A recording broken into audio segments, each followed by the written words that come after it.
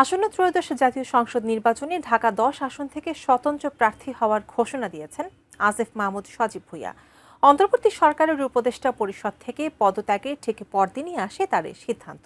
কিন্তু কোনো রাজনৈতিক দলে যোগ না দিয়ে কেন স্বতন্ত্র প্রার্থী হিসেবে লড়াইয়ে নামছেন আসিফ? বিস্তারিত আরিফ হাসানের প্রতিবেদনে। নানা জল্পনা কল্পনা, রাজনৈতিক সমীকরণ এবং দফায় দফায় দলের নাম ঘুরে বেড়ানো সবকিছুর অবসান ঘটিয়ে অবশেষে স্বতন্ত্র প্রার্থী হিসেবে ত্রয়োদশ জাতীয় সংসদ নির্বাচনে লড়াইয়ের ঘোষণা দিলেন অন্তর্বর্তী সরকার থেকে সদ্য পদত্যাগ করা ছাত্র প্রতিনিধি আসিফ মাহমুদ সজীব ভুঁইয়া। দীর্ঘদিন ধরে তিনি কোন দলে যোগ দেবেন এই প্রশ্নে চলছে উত্তাপ, বিতর্ক ও গুঞ্জন। কখনো বিএনপি, কখনো এনসিপি, কখনো গণ অধিকার পরিষদ। আসিফের রাজনৈতিক ভবিষ্যৎ নিয়ে যেন পুরো রাজনৈতিক অঙ্গনেই ধোঁয়াশা ছিল, কিন্তু শেষ মুহূর্তে সব সম্ভাবনাকে পেছনে ফেলে তিনি বেছে নিয়েছেন প্রচলিত রাজনীতির বাইরে স্বতন্ত্র নির্বাচন। ম্যাক্স, দেশের সবচেয়ে শক্তিশালী 52.5 এন গ্রেডের পিসিসি সিমেন্ট।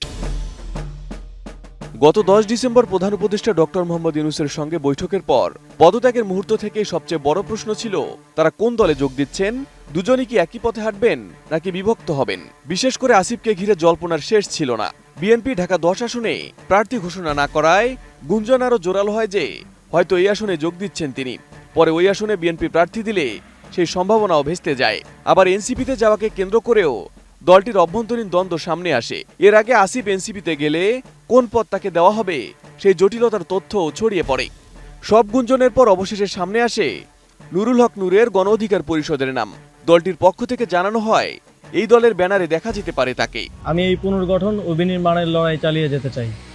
তবে শেষমেশ সব সংশয় কাটিয়ে আসিফ নিজেই ঘোষণা দিলেন ঢাকা 10 আসন থেকে স্বতন্ত্র প্রার্থী হয়ে লড়বেন।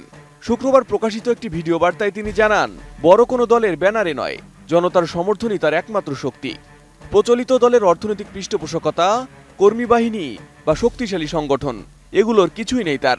বরং 17 বছরের সংগ্রাম, আন্দোলন এবং অসংখ্য আত্মত্যাগের স্মৃতি তাকে তাড়িত করেছে নতুন বাংলাদেশ গড়ার লক্ষ্যে।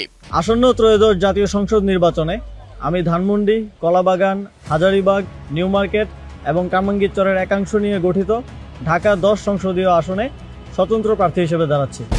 ঢাকা 10 আসন, যা ধানমন্ডি, কলাবাগান, নিউ মার্কেট, হাজারীবাগ এবং কামরাঙ্গীরচরের একটি অংশ নিয়ে গঠিত এমন একটি এলাকা যেখানে রাজনৈতিক প্রতিদ্বন্দ্বিতা কখনোই সহজ ছিল না। বিএনপি ইতোমধ্যে এই আসনে মনোনয়ন দিয়েছে শেখ রবিউল ইসলাম রবিকে। জামায়াতেরও শক্ত প্রার্থী আছে এই আসনে, যদিও এনসিপি এখনো এই আসনটিতে প্রার্থী দেয়নি। এই প্রেক্ষাপটে কোনো দলে না গিয়ে স্বতন্ত্র নির্বাচন করার সিদ্ধান্ত নিয়েছেন আসিফ। এর আগে উপদেষ্টা থাকা অবস্থাতেই তিনি নিজের এলাকা কুমিল্লা থেকে ঢাকায় ভোট স্থানান্তরের প্রক্রিয়া শুরু করেন। Arif Hasan, ATN news.